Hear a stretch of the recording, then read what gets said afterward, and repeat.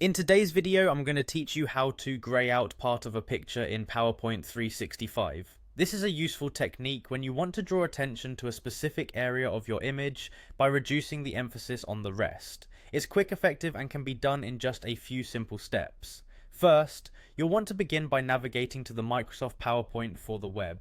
This is where you can edit presentations for free, and it's a great resource if you're working from different devices or locations. Once you're there, you'll need to sign in. If you don't already have a Microsoft account, it's easy to set up, and signing in allows you access to all your saved presentations and cloud storage. After signing in, you'll be redirected to the PowerPoint home.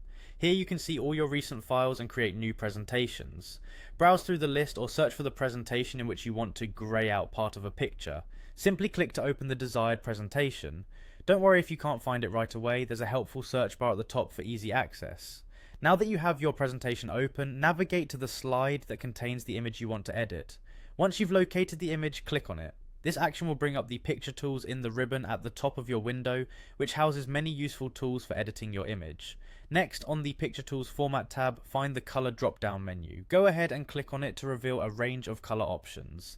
In this menu, you'll see various recoloring options, including one that turns your image black and white. This is the option that will grey out your image.